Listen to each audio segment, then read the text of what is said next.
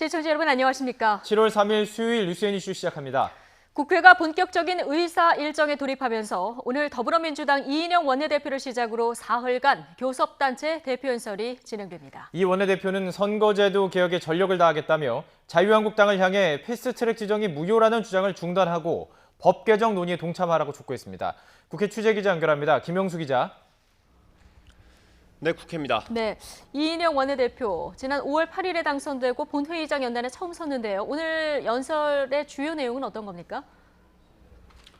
네, 이인영 원내대표는 일단 비례대표제 개선은 중대한 정치개혁의 길이라면서 선거제도 개혁 의지를 재확인했습니다. 야3당이 정개특위 위원장을 맡아 선거법 개정 의지를 밝히라고 압박한 것에 따른 답변으로 보입니다. 이어 한국당이 패스트트랙 무효나 비례대표 폐지라는 어깃장을 접고 개혁에 동참하길 바란다고 밝혔습니다. 그러면서 목표에 도달하는 시간과 방법의 차이가 있을 뿐이라며 선거제도 개혁에 전력을 다하겠다고 강조했습니다. 이인영 원내대표는 또 국회의원에 대한 국민 소환제를 도입해 일하지 않는 국회의원에게 페널티를 줘야 한다고 말했습니다. 1년 내내 일하는 상시 국회 체제를 위해 국회법 개정도 주장하며 한국당 나경원, 바른미래당 오신환 원내대표에게는 신사협정을 맺자고도 제안했습니다. 특히 공존을 위해 극좌의 경직과 극우의 광기에서 벗어나고 막말, 혐오와 결별해야 한다며 사실상 한국당을 겨냥하기도 했습니다. 이 원내대표는 정부 추경안 처리에 대해서도 이미 볼모로 잡힐 만큼 다 잡혔다며 더는 정쟁의 대상이 되면 안 된다고 강조했습니다. 네, 고위 당정청 회의에서 추경의 중요성을 거듭 강조했었죠. 네, 그렇습니다. 오늘 아침 열린 회의에서 당정청은 가장 시급한 과제로 6조 7천억 원 규모의 추경 예산안을 꼽았습니다. 민주당 조정식 정책위 의장은 회의 결과 브리핑에서 추경이 통과되면 2개월 안에 70% 이상을 집행할 계획이라고 밝혔습니다. 하지만 전망이 그리 밝진 않습니다. 추경 예산안을 총선용 예산으로 규정한 야당이 심사를 벼르고 있는 데다 북한 목선 입항 사건의 국정조사까지 요구하고 있기 때문입니다. 자유한국당 황교안 대표는 오늘도 선심성 예산이 단 한 푼도 통과되면 안 된다고 강조했습니다.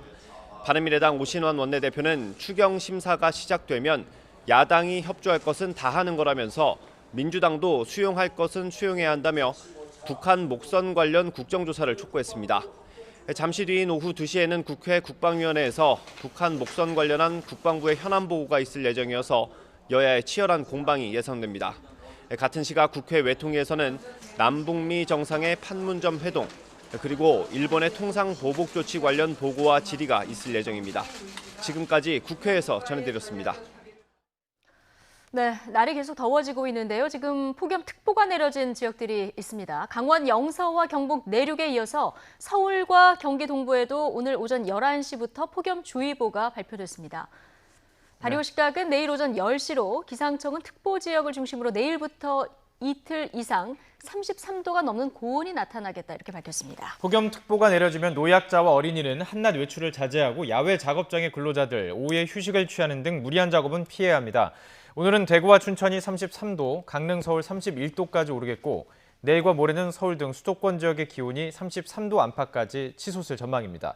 특히 이번 폭염은 주말에 서울 낮 기온이 34도까지 오르면서 절정을 이룰 것으로 보여서 온열 질환 등 무더위 피해에 대한 주의가 각별히 필요합니다.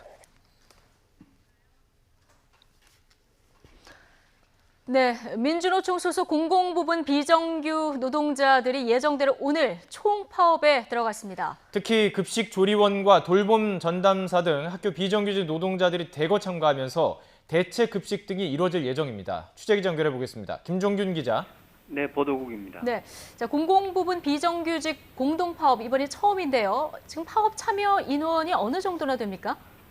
네, 10만여 명이 파업에 참가할 것으로 예상됩니다. 민주노총 소속 공공부문 비정규직 조합은 10만여 명이 이번 파업에 찬성했습니다. 이들은 학교 급식 조리원이나 병원의 청소 근로자, 고속도로 요금 수납원 등으로 일상생활과 밀접한 업무를 맡고 있습니다. 근무 형태는 기간제나 파견, 무기계약 등입니다. 이들 중 학교 비정규직 노동자가 다수를 차지하는데 4만 명 정도 예상됩니다.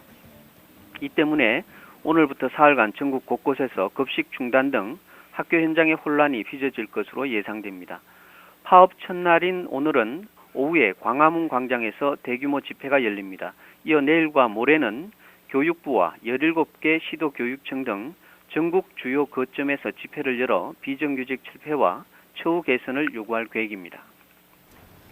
자, 이번 비정규직 파업으로 가장 큰 영향을 받는 곳이 학교인데요. 교육당국 어떻게 대처하고 있습니까? 네, 교육부와 17개 시도교육청은 긴급 상황실을 가동하고 있습니다. 또 한라인을 구축해 급식과 돌봄 공백을 최소화하는 데 주력하고 있습니다. 급식의 경우 파업에 참여하지 않는 직원을 동원해 정상 운영에 노력하되 불가피하면 대체 식단을 제공하고 학교별 여건에 따라 수업을 단축하도록 했습니다. 교육부 집계에 따르면 전국 1,400여 개 학교 중 44%인 4,600곳이 파업으로 급식을 중단합니다. 앞서 2017년에는 모두 15,000여 명이 파업해 1,900여 개 초중고 급식이 중단됐는데 이번엔 규모가 2배 이상 큽니다.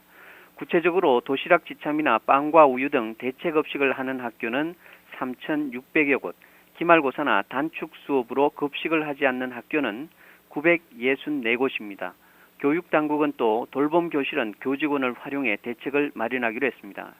이와 함께 교육부는 어제 막판 실무교섭이 최종 결렬된 이후 다시 협상을 제안해 놓은 상태입니다. 하지만 학교 비정규직 연대가 기본급 6.24% 인상과 정규직과의 수당차별 철폐를 요구하고 있고 교육당국은 1.8% 인상 외엔 모두 거부한 상황이어서 접점을 찾기는 어려워 보입니다. 지금까지 행정부에서 전해드렸습니다. 네, 오늘 공공부문 비정규직 파업에는 고속도로 요금 수납원들도 참여하고 있습니다. 1,400여 명의 수납원들은 나흘 전부터 농성에 들어간 상황인데요. 요금수 상황은 어떤지 알아보죠. 부장원 기자. 예, 서울 요금소에 나와 있습니다. 예, 지금 고속도로 요금 수납원들 나흘째 고공농성을 벌이고 있는데요. 지금 현장 상황 어떻습니까? 네, 이곳 서울요금소에서는 한국도로공사 용역업체 소속 요금 수납원들의 농성이 계속되고 있습니다. 지난달 30일 높이 10m의 요금소 위에서 40여 명이 농성에 들어간 지 벌써 나흘째인데요. 밑에서는 조합원 700여 명이 항의 집회를 이어가고 있고 청와대 앞에서는 400여 명이 노숙농성도 벌이고 있습니다. 하지만 도로공사 측은 파업에 참여하지 않는 인력을 대체 투입하면서 이곳은 물론 부산 요금소 등 전국 고속도로는 평소와 다름없이 정상적으로 운영되고 있습니다. 다만 일부 노조원이 차량을 이용해 요금소 통로를 막아서면서 잠시 혼잡을 빚기도 했습니다. 경찰은 6개 중대 400여 명을 배치하고 만일의 사태에 대비하고 있습니다. 이 갈등의 핵심 직접 고용인데요. 노조와 사측의 입장 어떻게 다릅니까? 네, 우선 현재 농성에 참여한 조합원들은 모두 1,400명입니다. 전체 수납원 6,500여 명 가운데 약 20%를 차지하고 있는데요. 이들은 도로공사가 정규직 전환 과정에서 별도의 자회사를 설립하고 고용하는 것을 반대하고 있습니다. 노조 측은 앞서 도로공사를 상대로 직접 고용을 요구하며 소송을 내 하급심에서 모두 승소하고 대법원 판결만 기다리고 있었습니다. 하지만 지난 1일 도로공사가 예정대로 자회사인 한국도로공사 서비스를 출범하자 즉각 농성에 나섰습니다.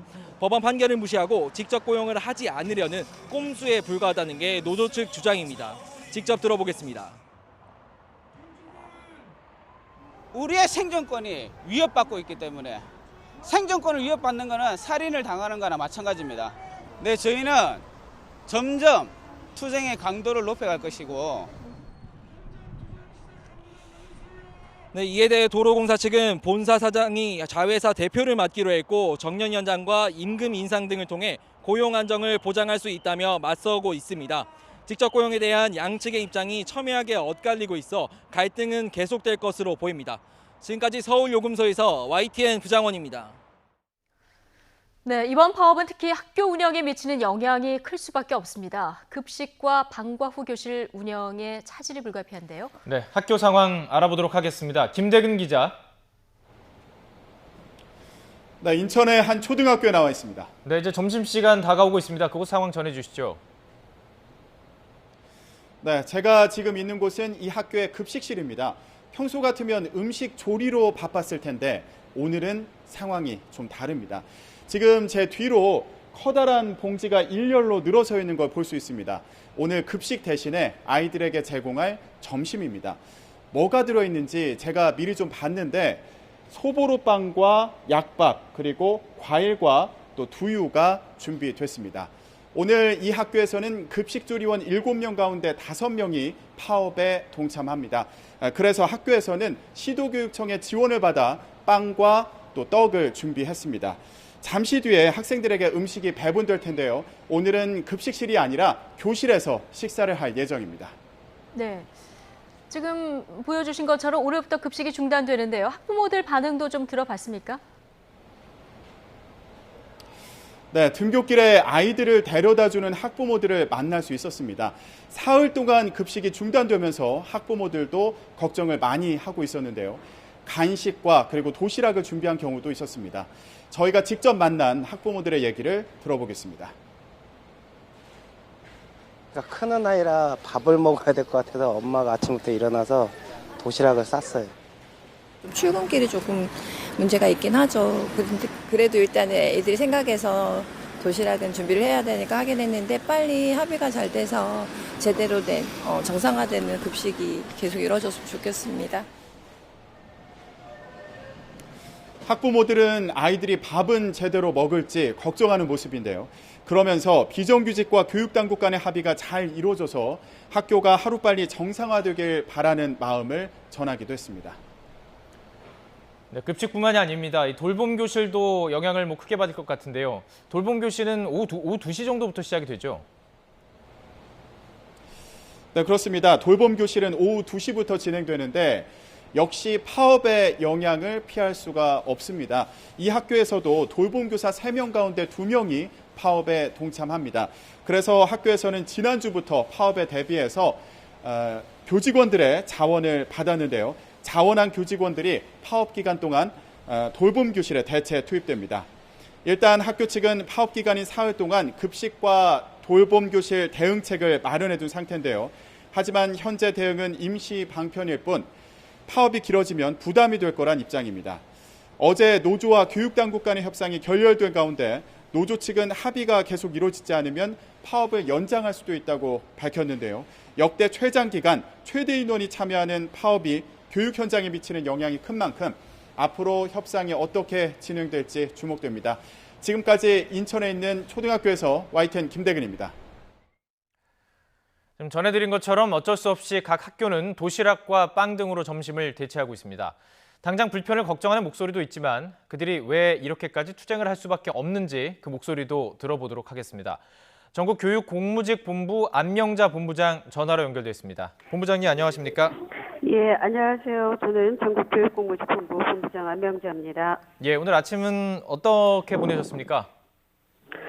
네, 일단 좀 무거운 마음으로 나왔죠. 조금 전에 저희 보도 보셨을 텐데 네. 아이들 점심 준비하는 거, 빵 준비하는 거 좀 보셨을 텐데 어떤 감정이 들었는지도 궁금합니다. 네, 일단 좀 마음은 무겁죠. 저희가 첫 파업했을 때는 아이들 때문에 전체 조합원들이 밥을 굶었었던 적도 있습니다. 여전히 마음은 무겁습니다. 그러나 예. 일단 노동자의 기본적인 처우를 지키기 위해서 저희가 좋은 일자리를 만들어놔야 예. 아이들에게도 희망이 있지 않을까 싶습니다. 예, 본부장님 그 말씀하실 때 조금 전화기를 입에서 조금만 멀어지게 하면 더 좋을 것 같습니다. 네. 자, 그럼 본격적으로 좀 질문을 드리도록 하겠습니다. 자, 우선 지금 측정된 인원 정도가 지금 파업에 참여한 것으로 본부에서 보고 계신지요? 예, 전국에 한 4만여 명이 지금 전국으로 파업에 참여할 것으로 예상됩니다. 아직 정확히 집계된 것은 안 나왔고요. 네, 오늘까지 아침에 이제 나오시겠다고 연락하시는 분들이 계셔서 예. 전국 단위이기 때문에 확실히 집계되기는 조금 어렵습니다. 이따 저녁에나 돼야 알 것 같습니다. 저녁에 확실한 인원이 나올 것 같고요. 자, 네. 자, 그렇다면 이제 가장 핵심적인 부분이 왜 파업을 하느냐인데 사실 왜 아이를 볼모로 잡느냐 이런 목소리가 있습니다. 그럼에도 불구하고 파업을 할 수밖에 없었다라는 것인데 어떤 부분이 지금 쟁점인 거죠? 일단 저희는 교육공무직 법제화를 요구하기도 있고요. 예. 그리고 처우 개선 얘기하고 있는 거고 공정임금제를 요구하고 있습니다. 예. 크게 보면은 이제 법제화, 교육공무직의 법제화 이게 지금 조례를 통해서 각 교육청에서는 지금 부르고 있지만 이걸 아예 법으로 넣어달라는 얘기인 거죠. 예, 어떤 지금 이제 조례로 인해서 저희가 고용이 일정 부분 안정이 된 직종들이 있지만 그렇지 예. 못한 직종들이 또 그만큼 있습니다. 그리고 상위법이 없다 보니까 교육청들이 천태만상으로 일률화되어 있지 않기 때문에 네. 처우나 내용들이 각 시도 교육청마다 다 다른 것을 좀 통일화돼서 안정적인 일자리를 좀 만들어 보자라는 게 저희 취지이기도 합니다. 일부에서는 그렇게 되면 이게 그러니까 흔히 말하는 교직원 그러니까 정규직이 돼서 연금 다 받는 거 아니냐 이런 목소리도 있던데요. 이 부분에 대해서 좀 말씀해 저희는 주시죠. 거기까지 오가고 있지 않습니다. 일단 공무원이나 교사를 시켜달라는 게 아니고 예.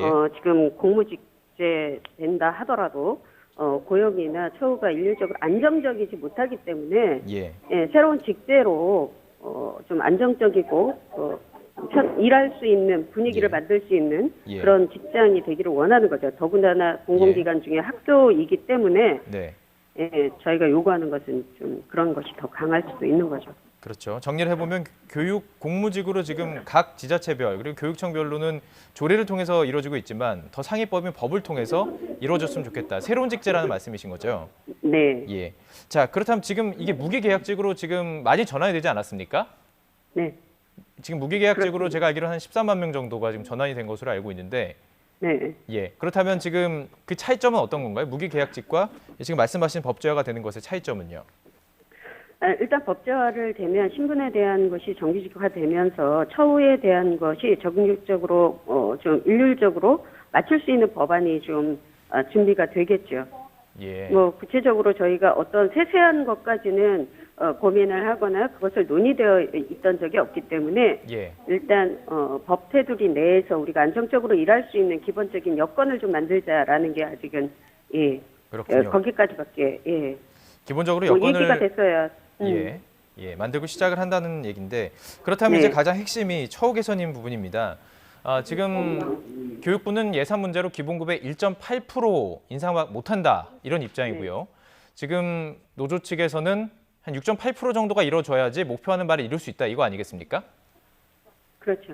예, 근데 저희가 이제 지금 요구하는 것 중에 가장 큰 핵심은 6.4% 그리고 뭐 최저임금률에 따라서 일률적으로 올리는 것을 한꺼번에 해달라고 얘기하는 것이 아닙니다. 예. 최소한 기본적인 처우 내용을 중장기적인 최소한 3년의 기간을 두고 어떤 형태로 공정임금제를 실행할 수 있도록 만들어 갈 것인가를 크게 놓고 다 같이 열어놓고 얘기를 하자는 것이 처음부터 요구였고 예. 그것에 대한 아무런 대안이 없었고 지금까지 뭐 1.8%도 어제 처음 얘기된 것이기 때문에 아 그래요. 예. 예. 자 지금 저희가 말씀해 주십시오. 예. 저희가 요구하는 것은 큰 틀에서 내용을 좀 어느 정도 정비해야지 안 그러면 매년 이렇게 파업을 해야 되고 매년 처우의 개선에 대해서 얘기해야 되고 좀 현안이 좀 어려울 수 있으니 큰 틀의 내용을 좀 일률적으로 합의를 해놓으면 그 나머지 잔가지들은 좀 더 수월하게 일이 진행될 수 있지 않겠느냐라는 것입니다. 그렇군요. 지금 교육부에서 그 전에도 계속 협의를 해왔을 텐데 교육부와 어제 지금 1.8% 기본급 인상이 처음 나온 게라고 말씀하셨는데 이게 맞습니까?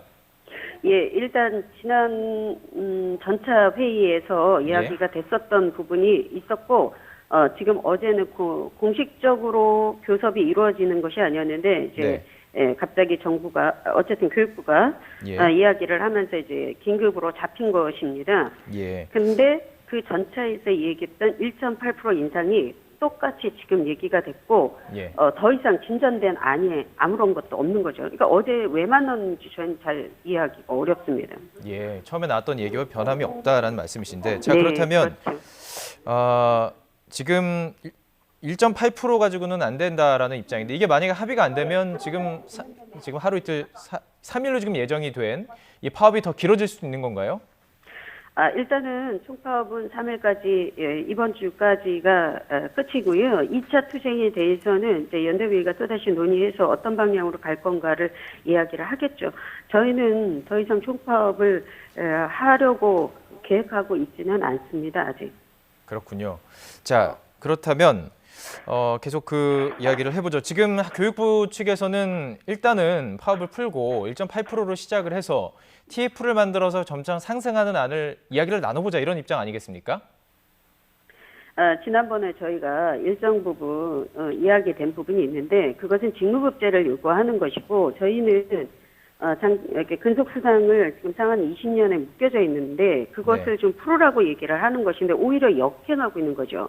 나이가 들면 직무를 충실히 이해할 수는 없기 때문에 돈이 더 내려갈 수 있는 거고 지금 임금 체계를 고착화시키는 거기 때문에 저희는 그런 방식의 내용은 받아들이기가 어렵습니다. 그리고 구체적으로 저희에게 어떤 안을, 어떤 방향성을 가지고 이야기를 하자라고 어디에도 저희에게 요구하거나 이야기를 한 적이 없습니다. 이번 이제 저희가 중장기 3년의 계획을 가지고 이야기를 하자고 하니 이야기가 나온 것이고 그것에 대한 내용이 사측이나 교육청들이나 교육부가 구체적인 안이나 어떤 방향성을 가지고 이야기를 하지 않았고 어제 이제 처음 교섭에서 좀 뭐 긴틀의 내용을 가지고 구체적으로 좀 얘기를 해보자라는 게 교섭서상에서 처음 얘기가 나온 걸로 알고 있습니다. 그러니까 지금 진실성에 조금 의문이 있는 거군요. 그렇죠.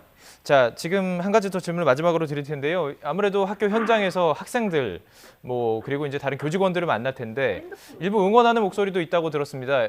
어떻게 그런 좀 경험이 있으신지요? 예, 상당히 많이 있죠. 지금 예년과 예전에도 급식실에 힘내라는 거 돌봄 이런 이야기를 많이 듣는데 오늘 아침에 이제 올라온 한 학교는 교장 선생님께서 어제 저녁에 그 학교는 전체 교무, 사서, 과학 선생님, 특수 모든 그 지정직 교육공무 직원들이 다 파업에 참석을 한답니다.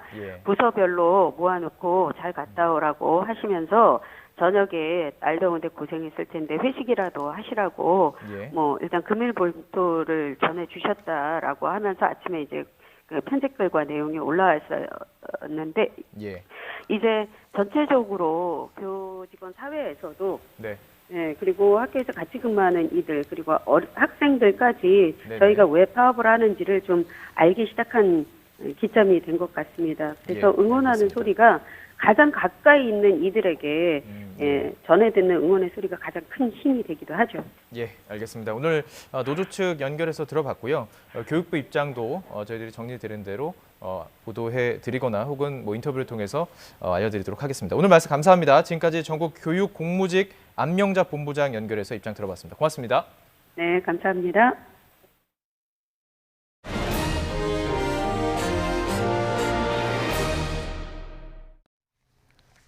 정부가 올해 우리 경제 성장률 목표치를 낮췄습니다. 미중 무역 갈등 장기화 가능성에 일본의 수출 규제까지 겹치면서 수출과 투자가 크게 우려되기 때문인데요. 정부는 하반기에 민간 투자와 공공 투자를 총동원해서 우리 경제 돌파구를 찾겠다는 강한 의지를 밝혔습니다. 오인석 기자의 보도입니다. 미중 무역 분쟁 장기화 등의 영향으로 우리 경제의 버팀목인 수출과 반도체는 올해 상반기 내내 뒷걸음질 쳤습니다. 최근 G20 정상회의에서 미중 협상도 불안한 휴전에 그쳤고 설상가상으로 일본의 수출 규제까지 불거졌습니다. 정부는 하반기에도 우리 경제의 어려움이 지속될 것으로 판단하면서 올해 성장률 목표치를 0.2%포인트 낮췄습니다. 고용은 일자리 정책 효과 등의 영향으로 20만 명 증가할 것으로 예상했고 물가는 0.9%, 경상수지는 수출 부진을 반영해 605억 달러 흑자를 전망했습니다. 최근에 변화된 경제 여건에 탄력적으로 대응할 수 있도록 관련 정책을 적극 보강하고 보완해 나가겠습니다. 투자 분위기 확산을 위해 민간 공공 부분의 투자 여력을 총동원하겠습니다. 정부는 우선 민간 공공 부문에서 10조 원 플러스 알파 투자를 목표로 제시했습니다. 4조 6천억 원이 투자되는 경기도 화성 복합 테마파크 개발이 올해 12월 시작되고 대산 산업단지 내 2조 7천억 원이 투입되는 사업도 본격화됩니다. 또 양재동 양곡 도매시장 부지에 R&D 캠퍼스를 조성하는 투자 등 8조 원 규모의 민간 투자가 하반기에 이루어질 전망입니다. 공공주택 등을 중심으로 한 공공기관 투자는 1조 원 이상 앞당겨 추진되고 민간 투자 사업 6천억도 연내 추가 착공됩니다. 정부는 한시적인 세제 혜택을 통해 투자를 촉진한다는 계획도 내놨습니다. 생산성 향상시설 투자세 공제율이 기업 규모별로 차등 상향되는 등 세제 인센티브가 마련됩니다. 정부는 추경이 국회를 통과하면 통과 후 2개월 내 70% 이상 집행으로 빠른 효과가 나타나도록 하겠다고 밝혔습니다. 내수 경기가 침체되는 것을 막기 위해서 정부는 소비나 투자와 관련된 재정 지출을 적극적으로 좀 확대하고 세금을 감면하는 감세 정책도 병행해야 될 것 같고요. 또 시스템 반도체와 미래차 등 신산업 분야 대출 보증 규모가 추가로 5조 원 확대돼 정책금융 10조 원이 하반기에 지원됩니다. YTN 오인성입니다.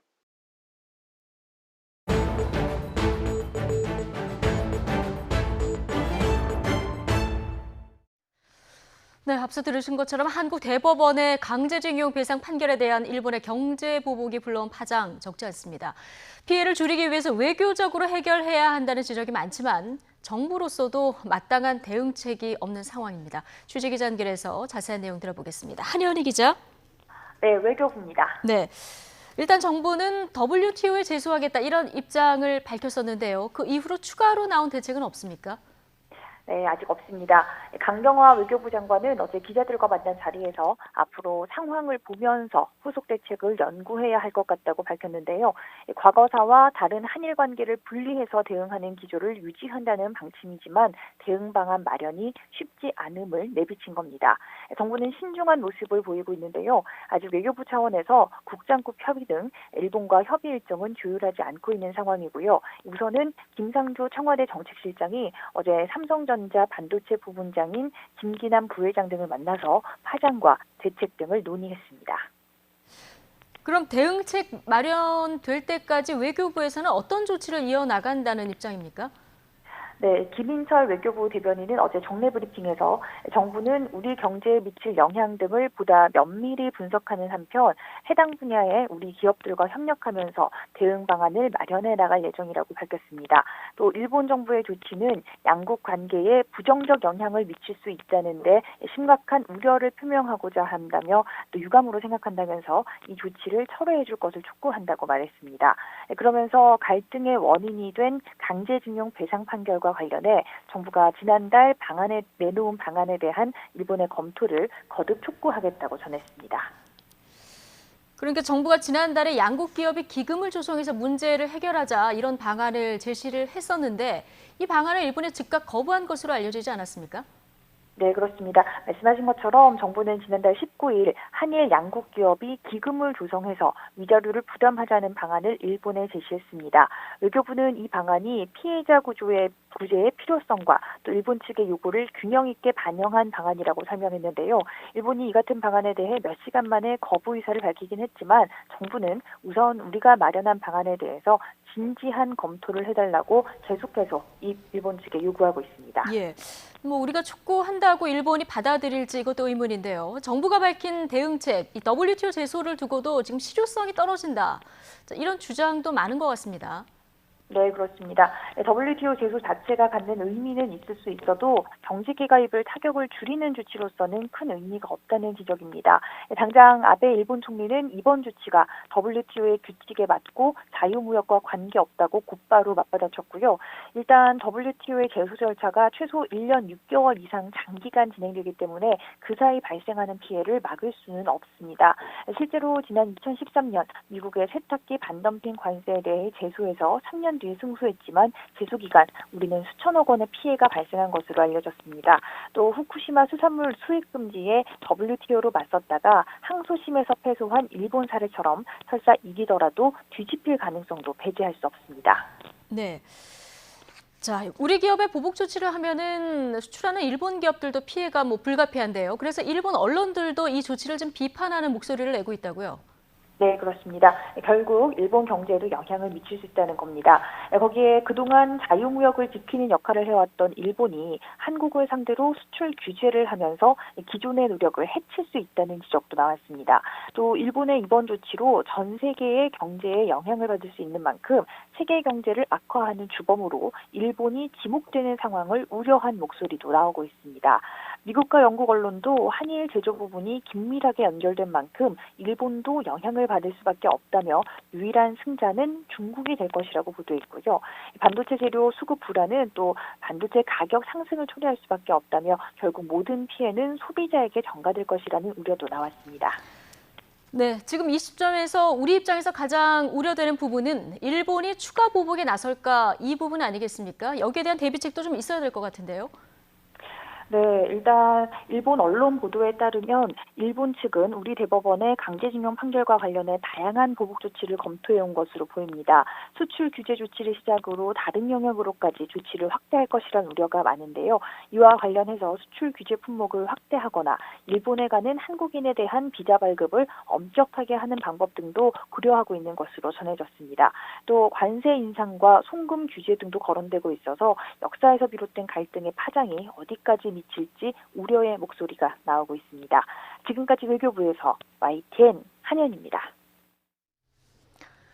주 성분이 박두인 무릎 골관절염 치료제 인보사에 대한 품목 허가 취소가 최종 확정됐습니다. 식품의약품안전처는 오늘 홈페이지 행정처분 정보 공지를 통해 인보사 K주에 대한 품목 허가 취소를 확정했다고 밝혔습니다.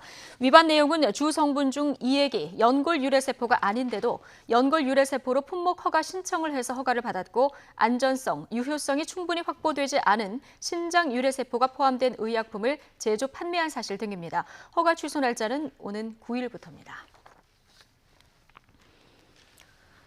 북미 정상의 판문점 회동으로 대화의 물꼬를 트는 계기가 마련됐습니다만 실무 협상이 앞으로 순탄치는 않을 것으로 보입니다.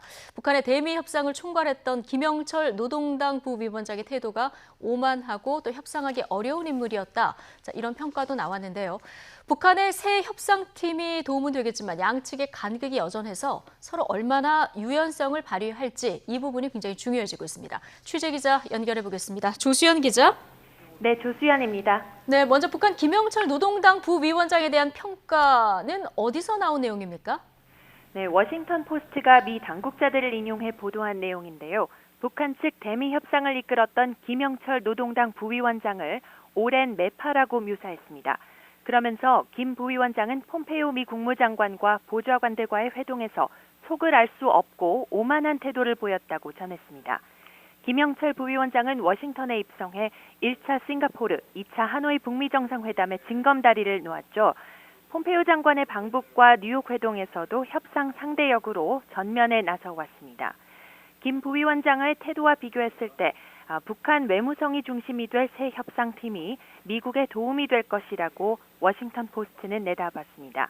미국의 입장에 변화가 없는 상황에서 북측의 새로운 대표가 트럼프 행정부에 유리하게 작용하는 변수가 될 수 있다는 분석입니다. 네, 지금 미국은 폼페이오, 비건 이 협상 라인이 유지가 될 것 같고요.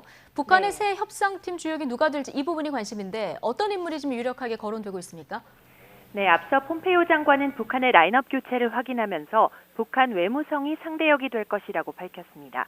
김영철, 김혁철 등 기존 통일전선부 라인이 아닌 외무성으로 대미 협상의 무게중심이 옮겨간 양상입니다. 폼페이오 장관은 누가 될지는 정확히 알지 못하지만 두어 명 중 한 명일 것 같다고 언급했는데요. 북한의 대미 외교를 이끄는 리용호 외무상과 최선희 외무성 제1부상이 거론되고 있습니다. 워싱턴 포스트는 실무 협상을 이끄는 스티븐 비건 미 국무부 대북 특별대표 상대로는 최선희 부상이 유력한 것으로 전망했는데요. 외교가에서는 최 부상의 위상이 최근 크게 높아짐에 따라서 직접 실무 협상에 나서지는 않을 수 있다는 관측도 나옵니다. 비건 대표의 상대로는 최선희 부상의 지위를 받는 다른 외무성 인사가 나오고 최 부상은 김영철 부위원장의 뒤를 이어서 폼페이오 장관의 새 카운터파트로 발탁될 가능성도 제기됩니다. 어쨌든 북미 정상의 판문점 회동을 계기로 지금 실무 협상이 이제 빨리 재개될 가능성이 커졌는데요. 일정이 어느 정도 구체화됐습니까? 네, 양측 실무진이 조만간 접촉할 계획이라고 트럼프 대통령이 예고를 했는데요. 원활하게 조율된다면 실무 협상은 이달 중순쯤에 시작될 것으로 보입니다. 폼페이오 장관은 기자들에게 앞으로 2-3주 내에 즉 7월 중순 정도가 될 것으로 보인다고 말했습니다. 협상 장소는 아직 정해지지 않았지만 양측이 만나서 의견 교환을 시작할 것이라고 설명했습니다. 폼페이오 장관은 자신이 협상 총책이라는 지위에 변동이 없다는 입장도 밝혔습니다. 네, 자 그럼 앞으로 진행될 실무 협상에서는 어떤 부분들을 중요한 요소로 꼽을 수 있을까요? 네, 북미 양측 모두 하노이 노딜 이후 처음 마주 앉게 되는 실무 협상에서 진전을 이뤄야 하는 부담을 안고 있습니다. 북미 정상의 판문점 회동 이후 국면을 보면요. 양측이 대화 재개에 동력을 확보하면서 협상 테이블로 복귀하게 된 것은 일단 긍정적이다. 그러나 비핵화와 상응 조치를 둘러싼 간극을 좁혀야 하는 무거운 과제가 남아있다. 이렇게 정리할 수 있겠습니다. 따라서 향후 재개될 실무 협상에서는 북한의 라인업 재정비가 협상 테이블 분위기 조성에 중요한 역할을 할 수 있다는 관측입니다. 또 실무팀의 권한과 더불어 양측이 얼마나 유연성을 갖고 협상에 임할지가 관건입니다. 미국으로서는 최종적이고 완전히 검증된 비핵화라는 목표를 뒷받침하는 일괄 타결식 빅딜을 고수해 왔는데요. 북한의 모든 핵 프로그램을 일괄 폐기하지 못하더라도 최종 비핵화에 이르는 길이 합의문에 반영된다면 수용할지 관심입니다. 그리고 단계적 접근론을 원하는 북한의 경우 전면적인 제재 해제가 어려울 수 있다는 점을 받아들일지도 지켜봐야겠습니다. 지금까지 국제부에서 YTN 조수연입니다. 6천억 원이 들어간 화성 바이오밸리의 관로에 금이 가고 이음부가 떨어져 나가는 등 하자투성이었다는 문제 어제 단독 보도로 전해드렸는데요. 담당 지자체조차 이렇게 심한 하자는 처음이라면서 혀를 찼습니다. 또 싱크홀이 발생할 수 있다는 분석이 나오기도 했습니다. 이영원, 김대겸 기자가 이어 보도합니다.